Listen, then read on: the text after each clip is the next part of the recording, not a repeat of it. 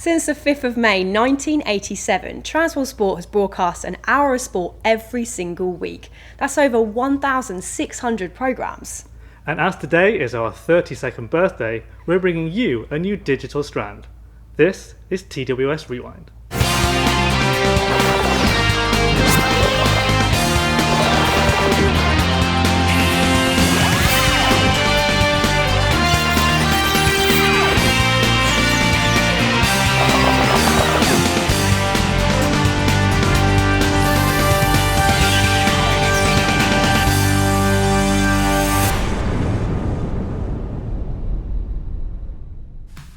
We're here in our library archive where thousands of tapes are stored at a very cool 14 to 18 degrees Celsius. And look, right here is the very first episode of Transworld Sport in its original format on film. On this show, we'll be delving into our archives and travelling back to a specific month in our 32-year history. So, let's take a look where we're travelling to first.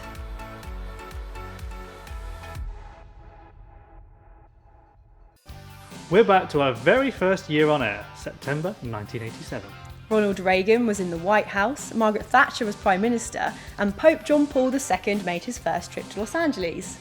We flocked to the cinemas to see Glenn Close boil some bunnies in Fatal Attraction, and in the music charts, we were being rickrolled for the very first time. Yep, Mr. Astley went straight to number 1 with Never Gonna Give You Up.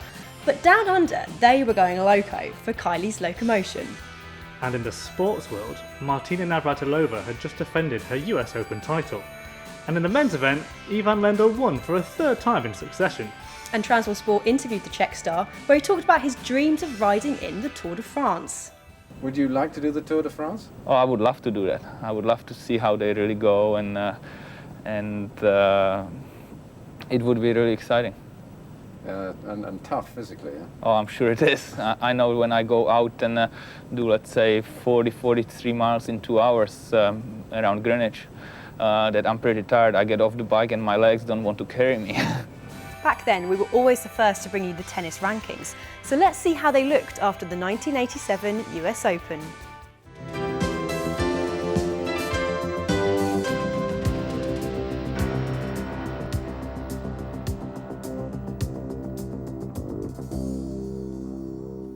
Let's take a look back and see what else we featured on the show back in September 1987. Guided by our narrator at the time, Mark Smith. Rome, the Eternal City, setting for the 1987 World Athletics Championships. From the Stadio Olimpico, Transworld Sport brings you exclusive interviews with some of the top medal winners. Athletes like Calvin Smith, who won gold in the 200 meters but saw his world 100 meters record shattered by Canadian Ben Johnson. At the training ground, athletes limbered up for their important events. It was there that we caught up with the woman whose record of winning gold in both the heptathlon and the specialist long jump was clearly worth cherishing, JACKE JOYNER-KERSEE. It's important to me because the multi-events in the United States is not well known, whereas in Europe, a lot of people appreciate the multi-events. And to come here and to do well in the multi-event and then go on and to do well in the individual event, it's a blessing and also it's a good feeling. Out on the tennis court, two of the world's greatest pole vaulters. Silver medalist in Rome, Thierry Vigneron of France. And Sergei Bubka, the gold medalist and world record holder. And another chapter closes in the history book of athletics, but Rome '87 will not be forgotten. We also travelled to Ireland for a very unusual sport. Road bowling has its home in a country renowned for its humor, but these days it's becoming a serious business. This year's World Championships attracted 11 road bowlers from across Europe.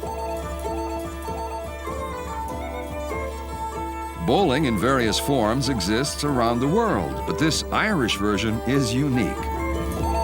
The course, 4 miles of country lanes in beautiful County Cork. The object, to cover the course in as few shots as possible. And the bowl, 800 grams of cast iron. Referees, with the help of modern science, are ready to intervene whenever a dispute arises, however bizarre it may seem. The protests tend to come where a ball strikes a spectator. And the rules are quite clear in the World Championship that if an Irishman strikes an Irish spectator, he is not entitled to a free throw. But he can strike any foreigner and have a free throw. And that's okay. And equally, the visitors from overseas can strike all the Irishmen that they can find and have a free throw. How's the leg stood? In the final, reigning champion Bill Daly, an Irish policeman, faced Jerry Boylan. And like most things on this charming island, the action started and finished in the public bar.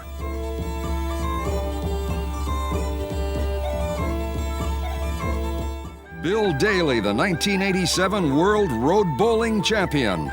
Top of the morning to you, Bill. In Transworld Sport this week, we profile the shot-put giant Ulf Timmermann from the German Democratic Republic.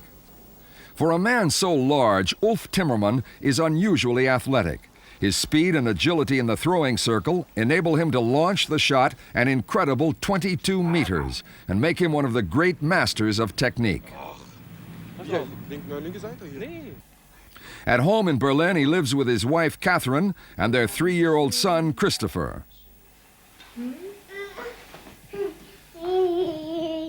It's not far from where Ulf works as a joiner, relying on the same powerful shot putter's hands in the precise skills of woodworking. And then we travel to Leipzig to film with the fastest freestyle swimmer in the world, Kristin Otto.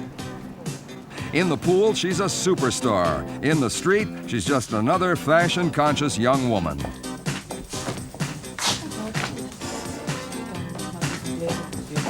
Nice jacket, Kristin.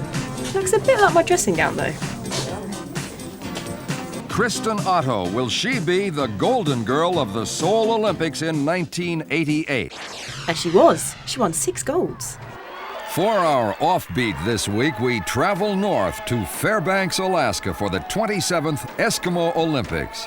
An annual meeting involving events such as the blanket toss, the ear pull, the greasy pole, the knuckle hop, and the arm pull. It's a contest intended to keep ancient Eskimo culture and skills alive. In the ear weight, competitors test how far they can walk with weights dangling from their earlobes. It was originally intended as a test of perseverance. The record for this event was set in 1976 when a competitor carried over 8 kilos for 512 meters. No mean achievement. Music, sport, and beauty. Keeping culture and tradition alive at the annual Eskimo Olympics. So that was our first rewind. And if there are any Transworld Sport moments that you remember from way back when, leave us a comment. And we'll see if we can dig them out for a future episode. Until then, See you next time.